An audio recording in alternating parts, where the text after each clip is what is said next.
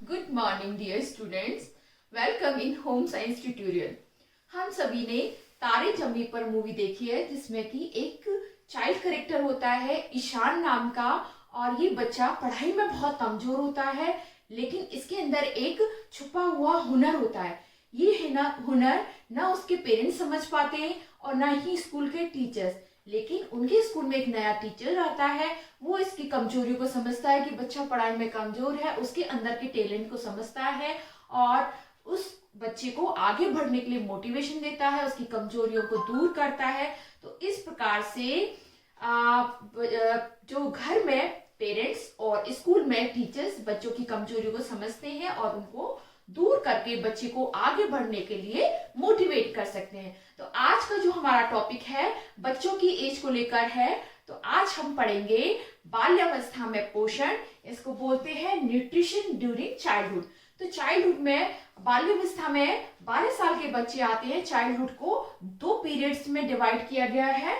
पूर्व शालीय अवस्था, इसको प्री स्कूल एज कहते हैं, और शालीय अवस्था इसको स्कूल एज कहते हैं। यानी कि प्री स्कूल एज, इसका टाइम ड्यूरेशन होता है 1 to 6 ईयर, और स्कूल एज का टाइम पीरियड होता है 6 to 12 ईयर्स। ठीक है, तो पहले हम पढ़ेंगे प्री स्कूल एज में, पूर्व शालीय अवस्था में किस प्रकार से चेंजेस होते हैं बच्चे के अंदर, क्या इनकी पोषण संबंधी समस्याएं होती हैं और किस प्रकार से हमें चाइल्डहुड पीरियड में पोषण रखना चाहिए। तो प्री स्कूल एज, जैसे कि नाम से पता चल रहा है कि स्कूल जाने से पहले की अवस्था है, और ये अवस्था होती है 1 से 6 साल की। इस समय तक बच्चा फॉर्मल एजुकेशन स्कूल नहीं जा रहा होता है, या तो आसपास क्रैच में जा रहा होता है या नर्सरी में जा रहा होता है 2 से 3 घंटे के लिए। तो इस स्थिति में हम देखते हैं कि 1 साल के बाद जैसे ही बच्चा बढ़ रहा होता है तो बच्चे का अपने शरीर पर कंट्रोल बढ़ जाता है। अब बच्चा खुद ही चलने लगता है, दौड़ने लगता है, बॉल को पकड़ सकता है। तो इस तरह से शरीर पर उसका कंट्रोल बढ़ जाता है। फिर इसके अलावा एक और जो इम्पोर्टेंट चीज होती है, बच्चा अपने आसपास के बच्चों के साथ खेल रहा होता है या क्रैच नर्सरी जा रहा है तो वहां खेल रहा होता है। तो बच्चे में सोशलाइजेशन, समाजीकरण की प्रक्रिया डेवलप हो रही है, और बच्चे का बौद्धिक विकास हो रहा है। बच्चा कुछ चीजें सीख रहा है, अपने वातावरण में जो भी परिवर्तन हो रहे हैं, नई नई चीजें दिख रही हैं, उनको सीखता है। तो इस तरह से में बच्चे में अपना शारीरिक कंट्रोल बढ़ रहा है, शरीर पर नियंत्रण बढ़ रहा है। उसकी जो शारीरिक और गत्यात्मक क्रियाएं हैं, जैसे बॉल को पकड़ना, ग्लास को पकड़ना, पेन पकड़ना, पेंसिल पकड़ना, इन सब क्रियाओं पर उसका कंट्रोल बढ़ जाता है। अब इसके बाद आती है प्री स्कूल एज की पोषण संबंधी समस्याएं, यानी कि पूर्व शालीय अवस्था में क्या पोषण संबंधी समस्या है। तो हमने छोटे बच्चों को देखा है कि वो मिट्टी खा रहे होते हैं, कहीं ईंट मिल जाती है उसको खाते हैं, या पढ़ने के लिए उनको लिखने के लिए पेंसिल दी जाए तो पेंसिल को खाते हैं, चौक खाने लगते हैं, आसपास चूना खाते हैं। तो इस तरह से नॉन ईटेबल फूड आइटम्स, यानी कि अखाद्य पदार्थों को खाने की जो तीव्र इच्छा होती है बच्चों के अंदर, उसको बोलते हैं पाइका।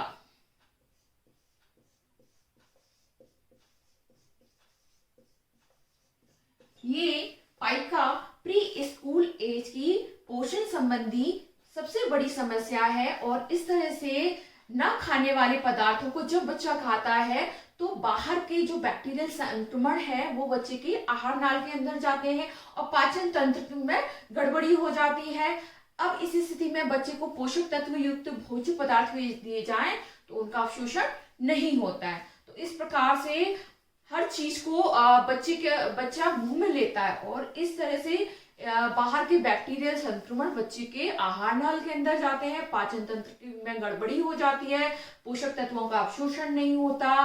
कई बार बच्चे को जो खाना दिया जा रहा है वो पूर्ण रूप से पौष्टिक नहीं है, या आवश्यकता से कम भोजन मिल रहा है। इन सब के कारण बच्चे के अंदर पोषण संबंधी समस्याएं हो जाती हैं, जैसे कि विटामिन ए की कमी से रतौंधी हो जाता है, ऊर्जा की कमी से क्वाशियोर कोर हो जाता है, विटामिन सी की कमी से स्कर्वी हो जाते हैं।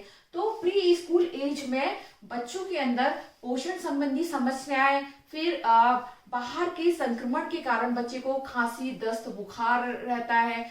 तो इन सब समस्याओं के कारण इस एज में जो चाइल्ड मृत्यु दर है, शिशु मृत्यु दर है, वो अधिक होती है। इसलिए इस बात की बहुत ज्यादा आवश्यकता है कि बच्चों के आहार पर, पोषण पर विशेष ध्यान दिया जाए। तो हमने अभी देखी प्री स्कूल एज की पोषण संबंधी समस्या। अब हम देखेंगे शालेय अवस्था में क्या मुख्य परिवर्तन होते हैं। तो स्कूल एज में बच्चा फॉर्मल स्कूल में जाने लगता है, वो अपने संगी साथियों के साथ डिसिप्लिन सीखता है, क्लास में किस तरह से उनका बिहेव करना चाहिए, ये सब चीजें सीखता है। तो समाजीकरण की जो प्रोसेस है उसका डेवलपमेंट होता है तेजी से। बच्चा डिसिप्लिन सीखता है, नैतिकता सीखता है। नैतिकता का मतलब क्या अच्छा है और क्या बुरा है, इन सब चीजों को सीखता है। और बच्चे का बौद्धिक विकास, संज्ञानात्मक विकास तेजी से होता है। बच्चा नई नई चीजों को सीखता है, अलग अलग सब्जेक्ट्स पढ़ता है। तो इस तरह से बच्चे के अंदर तेजी से सामाजिक और बौद्धिक विकास होता है। लेकिन यदि मैं शारीरिक वृद्धि की बात करूं तो इस एज में वृद्धि रुक सी जाती है, यानी कि वृद्धि धीमी हो जाती है। इस एज में बच्चे के जो शारीरिक अंग अभी तक वृद्धि ले चुके, यहाँ पर वृद्धि विकास तेजी से हो रहा था, अब वृद्धि की दर कुछ धीमी हो जाती है, स्थिर हो जाती है। तो शारीरिक अंगों में पुष्टता आती है, परिपक्वता आने लगती है। बच्चे विविध प्रकार की शारीरिक और गत्यात्मक क्रियाओं में परफेक्ट हो जाते हैं, प्रवीणता आ जाती है बच्चों में। और इसी के कारण बच्चे अगर फिजिक उनका अच्छा है, शारीरिक शरीर उनका अच्छा है, मजबूत है, तो वो खेल कूद, जिम्नास्टिक जैसी प्रतियोगिताओं में भाग लेते हैं। मोटर डेवलपमेंट के कारण बच्चे में ड्राइंग की स्किल्स बढ़ जाती हैं, बच्चे ड्राइंग कॉम्पिटिशन्स में भाग लेते हैं। तो इस तरह से इस अवस्था में मुख्य रूप से बच्चे में समाजीकरण की प्रक्रिया होती है, बच्चा नैतिकता सीखता है, बच्चे के अंदर बौद्धिक विकास तेजी से होता है। तो अब इसके बाद हम देखते हैं कि स्कूल एज के बच्चों में क्या पोषण संबंधी समस्या होती है। तो स्कूल एज के बच्चों में आत्मनिर्भरता बढ़ जाती है और वो किसी का हस्तक्षेप करना पसंद नहीं करते, प्रत्येक कार्य को वो स्वयं ही करना चाहते हैं। तो आपने देखा होगा कि जब बच्चे 6 से 12 एज में होते हैं बच्चे, तो खेल कूद में बहुत ज्यादा बच्चों का इंटरेस्ट होता है और इसी के कारण वो खाने के प्रति भी लापरवाह हो जाते हैं कि मम्मी उनकी बुलाती रहती है खाना खाने के लिए, लेकिन बच्चे खाना नहीं खाते हैं, यानी कि खाने को वो अवॉइड करते हैं। कई बार बच्चे अपने स्कूल में लंच बॉक्स तक लेके जाते हैं, लेकिन खेलने के चक्कर में वो अपना खाना भी नहीं खाते। तो इस तरह से इस एज में खाने के प्रति लापरवाही होती है, लेकिन बच्चों में आत्मनिर्भरता बढ़ जाती है, बच्चों में क्रियाशीलता, फिजिकल एक्टिविटीज बहुत ज्यादा बढ़ जाती हैं। तो इस तरह से इसके अलावा अगर इस एज में बच्चे मीठी चीजें ज्यादा खाते हैं तो उनको दंत क्षय की समस्या हो जाती है। दंत क्षय या इसको बोलते हैं डेंटल डिके। डेंटल डिके, मीठी चीजें, चिपचिपी चीजें खाने से बच्चों में दंत क्षय या डेंटल डिके की समस्या हो जाती है। तथा इसके अलावा आजकल हम देख रहे हैं कि बच्चों के जो दूध के दांत सही समय पर नहीं टूटते हैं और उनके परमानेंट टीथ आ जाते हैं। तो दूध के दांत नहीं टूटते हैं तो परमानेंट टीथ टेढ़े मेढ़े आते हैं। इसलिए 10 साल के बाद हर 6 महीने में बच्चे को अपने डेंटिस्ट को दिखाना चाहिए, ताकि दांतों की जो वृद्धि है वो सही प्रकार से हो सके। तो इस तरह से बोर्ड एग्जाम्स में पूछा जाता है पाइका किसे कहते हैं। तो पाइका प्री स्कूल एज के बच्चों की समस्या है, अखाद्य पदार्थों को जो खाने की इच्छा होती है बच्चों की, और ये स्पेशली होता है कैल्शियम की कमी से। बच्चे बढ़ रहे हैं, उनके अंदर कैल्शियम की आवश्यकताएं बढ़ जाती है, और जब कैल्शियम की आवश्यकताएं बच्चों को भोजन के द्वारा पूर्ति नहीं होती तो बच्चे मिट्टी, चूना, पत्थर इस तरह की चीजें को खाने लगते हैं। तो ये प्री स्कूल एज की समस्या है, ये इंपॉर्टेंट चीज है। और स्कूल एज की जो मेन समस्या है वो है दंत क्षय, और एक इंपॉर्टेंट है खाने के प्रति लापरवाही। अब इसके बाद हम देखेंगे कि बाल्यावस्था में हमें किस प्रकार की आहार व्यवस्था रखनी है। तो बाल्यावस्था के लिए जब हम आहार व्यवस्था की बात करते हैं तो फिजिकल एक्टिविटी उनके अंदर बहुत ज्यादा होती है, तो उस फिजिकल एक्टिविटी को पूर्ति करने के लिए हमें उनको ऊर्जा देनी है। और ऊर्जा किस तरह से देनी है? ऊर्जा हमें देनी है कार्बोहाइड्रेट्स के द्वारा, कार्बोहाइड्रेट्स के द्वारा। और कार्बोहाइड्रेट्स हम सभी को पता है कि कार्बोहाइड्रेट्स मिलते हैं अनाज से, गुड़ से, शक्कर से और वसा से। तो ऊर्जा की पूर्ति हमें अलग अलग तरह के अनाज देने चाहिए, जैसे दाल दे सकते हैं हम, चावल दे सकते हैं, बाजरा दे सकते हैं। तो इस प्रकार के भोज्य पदार्थ देने चाहिए। गुड़, शक्कर उनके खाने में शामिल करना चाहिए, जिससे कि उनको अधिक ऊर्जा मिल सके। इसके बाद सेकंड है फैट। फैट देने का मतलब ये है कि बच्चों को ज्यादा तला भुना नहीं देना है। वसा तो हमें देनी है, लेकिन इसका मतलब ये नहीं है कि बच्चों को हम ज्यादा तली भुनी हुई चीज दें। हम उनको उनके खाने में क्रीम शामिल कर सकते हैं, घी शामिल कर सकते हैं, बटर शामिल कर सकते हैं, तेल ले सकते हैं। लेकिन जैसे बच्चे को दाल दी जाए, रोटी और दाल दी जा रही है, तो हम दाल में घी डाल सकते हैं। तो इस तरह से वसा युक्त पदार्थों का समावेश हम भोजन में कर सकते हैं। तीसरा मेजर इंग्रेडिएंट्स होता है प्रोटीन। प्रोटीन बच्चों की वृद्धि और विकास के लिए जरूरी होता है, और वृद्धि और विकास के लिए हमें बच्चों को हाई क्वालिटी प्रोटीन देना चाहिए। और ये हम दूध, दही, पनीर और मांस मछली के द्वारा दे सकते हैं। अंडे खाते हैं तो अंडे के द्वारा दे सकते हैं। इसके अलावा हम अनाज और दालों को मिक्स करके भी मिश्रित भोज्य पदार्थ के रूप में भी हम बच्चों को भोजन में दे सकते हैं। इसके अलावा अगर मैं मिनरल्स की बात करूं, खनिज लवणों की बात करूं, तो इस बच्चों के दांतों का विकास हो रहा है, हड्डियों का विकास हो रहा है, तो उसके लिए कैल्शियम की जरूरत होती है। तो हमें कैल्शियम देना है। और इसके अलावा बच्चों के अंदर ब्लड का वॉल्यूम बढ़ रहा है, रक्त बढ़ रहा है, हीमोग्लोबिन का स्तर रक्त में बनाए रखने के लिए हमें उसको आयरन युक्त भोज्य पदार्थ देने चाहिए। तो कैल्शियम और आयरन की पूर्ति हम हरी पत्तेदार सब्जियों से कर सकते हैं। ताजे फल दे सकते हैं बच्चों को। इसके अलावा पीले फल दे सकते हैं और खट्टे फल दे सकते हैं। इस तरह से हम भोजन में विभिन्न प्रकार के पोषक तत्वों का समावेश कर सकते हैं। एक दिन में 6 गिलास पानी पीना चाहिए बच्चों को। वाटर 6 से 7 गिलास पानी पीना चाहिए। और भोजन में स्पेशली बात यह है कि हरी पत्तेदार सब्जियों का समावेश करना है, जिनसे कैल्शियम आयरन मिल सके। दूध का समावेश करना है भोजन में। मिश्रित भोज्य पदार्थ लेने हैं, अलग अलग तरह के अनाज लेने हैं। और इस तरह से हम एक दिन के लिए बच्चे के लिए आहार आयोजन कर सकते हैं। अब मैं आपको बताऊंगी प्री स्कूल एज के बच्चे के लिए हम भोजन में क्या क्या भोज्य पदार्थ ले सकते हैं। तो मैं आपको एक दिन की आहार व्यवस्था बनाऊंगी और उसके द्वारा बताऊंगी कि हम एक दिन में बच्चे को क्या क्या भोज्य पदार्थ हम दे सकते हैं। तो प्री स्कूल एज के लिए हम बात कर रहे हैं, तो इस एज में बच्चे को हम एक बार में बहुत ज्यादा भोजन नहीं देंगे, कम कम मात्रा में देंगे। और एक बार में ये नहीं जैसे हम बड़े के लिए रोटी, सब्जी, दाल, चावल, रायता, सलाद देते हैं कि इतने सारे भोज्य पदार्थ एक ही बार में दें।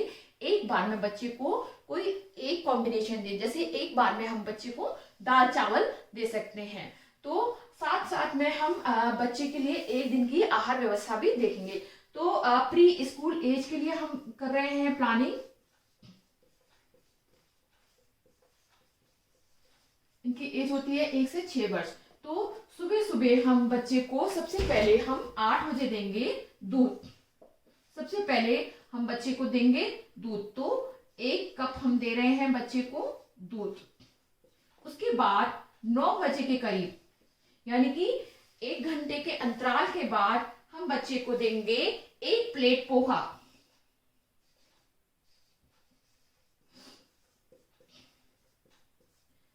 इस एज में बच्चों को लंबे अंतराल तक भूखा नहीं रखना है। हर 1.5-2 घंटे के बाद बच्चे को भोजन में कुछ ना कुछ दिया जाना चाहिए। खाना नॉर्मल टेम्परेचर पे होना चाहिए। और इस एज में हम बच्चों के अंदर खाने संबंधी स्वस्थ आदतों का विकास करना है, यानी कि बच्चों को एक फिक्स टाइम पर देना चाहिए। खाना खाने से पहले हाथ धोने हैं, टेबल चेयर पे बैठ के खाना है, जमीन पे बैठ के खाना है। इस तरह की हमने स्वच्छ आदतें बच्चे के अंदर विकसित करनी है। और बच्चे के खाने में नमक, मिर्च, शक्कर इनकी मात्रा कम होनी चाहिए, यानी कि खाना ना तो बहुत तीखा होना चाहिए और ना ही बहुत ज्यादा मीठा होना चाहिए। फिर खाना जो है वो छोटे छोटे टुकड़ों में काट काट कर देना चाहिए। जैसे अब हम पोहे बना रहे हैं तो पोहे में हम बच्चे के लिए पोहे के साथ साथ आलू, प्याज, टमाटर, मटर इस तरह से एक्स्ट्रा चीजें भी हम उसमें डाल सकते हैं। इसके बाद हम 12:30 बजे देंगे बच्चे को 2 पालक पराठे प्लस 1 कटोरी 1 बाउल हम देंगे रायता। यहाँ हम रायता मिक्स वेजिटेबल रायता भी दे सकते हैं या बूंदी का भी रायता दे सकते हैं। ठीक है, इसके बाद हम 3 बजे देंगे बच्चों को हाफ प्लेट फलों की चाट।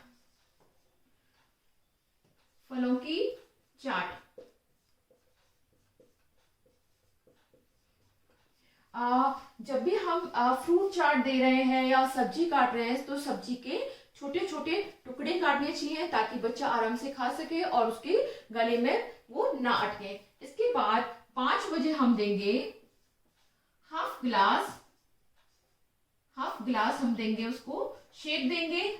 हम यहाँ पर दे रहे हैं केले का शेक प्लस 2 बिस्किट।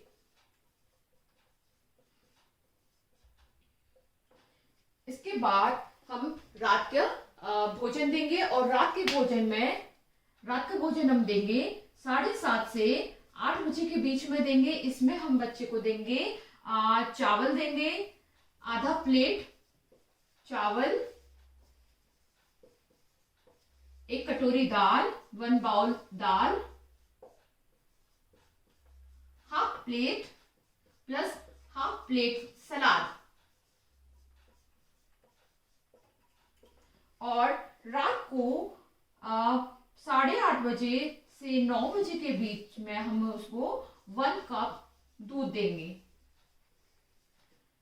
ठीक है, तो ये है प्री स्कूल एज के बच्चे का एक दिन का आहार आयोजन। इसमें हमने दूध लिया है, देखो दूध भी लिया है, रायता लिया है, रायते के द्वारा दही जा रहा है बच्चे के शरीर में। फिर हमने प्रोटीन के लिए दाल ली है, यहाँ पर दाल ली है। इसके बाद हमने अलग अलग प्रकार के अनाज लेने की कोशिश की है। देखिए यहाँ पर पोहा लिया है, यहाँ पे पराठे के रूप में लिया है, यहाँ चावल लिया है, हमने हरी पत्तेदार सब्जियां ली है, पालक के पराठे बनाए तो हरी पत्तेदार सब्जी ली है। ठीक है, और फ्रूट्स लिए हैं, सीजनल कोई भी फ्रूट्स हम ले सकते हैं। तो इस तरह से हमें छोटे बच्चों के लिए जब भी हम आहार आयोजन करें तो कुछ विशेष बातें ध्यान में रखनी है कि नॉर्मल टेम्परेचर पे देना है, ज्यादा मसालों का इस्तेमाल नहीं करना, और जो भी हम भोज्य पदार्थ दें वो स्वादिष्ट होने के साथ साथ वो न्यूट्रिशियस भी होना चाहिए, पौष्टिक होना चाहिए, ये सबसे इम्पोर्टेंट बात है। और इसके अलावा बच्चों को खाने संबंधी स्वच्छ आदतें डालनी है, स्वस्थ आदतें डालनी है, और बच्चों को कलरफुल प्लेट्स में दे जो कि अपीलिंग होता है, बच्चे शौक से खाते हैं। तो इस तरह से ये हमने देखी है प्री स्कूल एज की आहार व्यवस्था।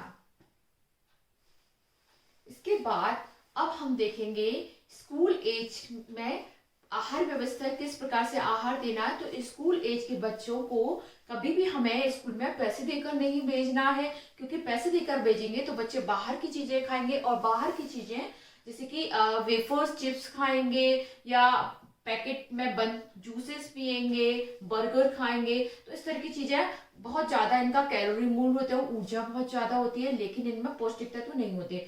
तो हमें स्कूल जाने वाले बच्चों को ऐसा भोजन देना कि कम समय में खाया जा सके और भोजन पौष्टिक हो।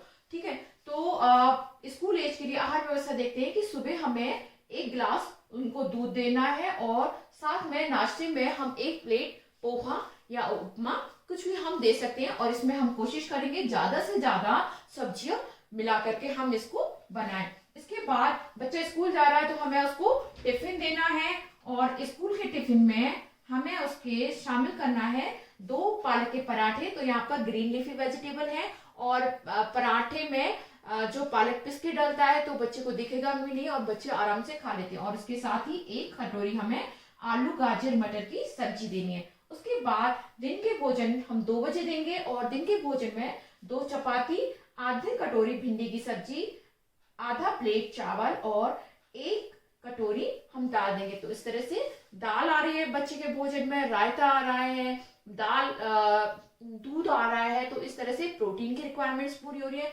अलग अलग प्रकार के अनाज हम दे रहे हैं, और जो भी कुछ हम बच्चे को दें वो पौष्टिक होना चाहिए और कम मिर्च मसालों वाला होना चाहिए।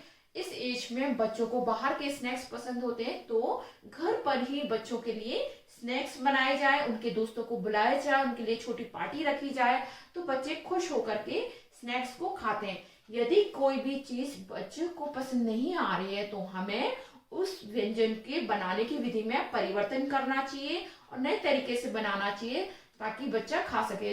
यदि बच्चा डायरेक्ट दाल पालक नहीं खा रहा है या आलू पालक की सब्जी नहीं खा रहा है तो हम उसे पराठे के रूप में दे सकते हैं, या फिर हम पालक की पकौड़ी बना के दे सकते हैं, या टमाटर पालक का सूप बना करके दे सकते हैं। तो व्यंजन को बनाने की विधि में हमें परिवर्तन कर लेना चाहिए। बच्चों को लंच बॉक्स जरूर दें, क्योंकि स्कूल 6 से 7 घंटे बच्चे स्कूल में रहता है तो उसको पौष्टिक भोज्य पदार्थ की आवश्यकता पड़ती है। तो स्कूल में जो भी हम चीज दें पौष्टिक देना चाहिए, और स्कूल में बच्चे दूसरे साथियों के साथ बैठकर अपना लंच ले भी लेता है। ठीक है, तो इस तरह से आज की वीडियो में हमने प्री स्कूल एज और स्कूल एज में आहार किस प्रकार से देना चाहिए, क्या इनके पोषण संबंधी समस्याएं होती हैं और क्या इनके मेन परिवर्तन होते हैं। तो मैं उम्मीद करती हूँ आपको आज का वीडियो पसंद आया होगा। आप इस वीडियो को लाइक करें, यदि चैनल को सब्सक्राइब नहीं किया है तो इस चैनल को सब्सक्राइब करें। Thank you.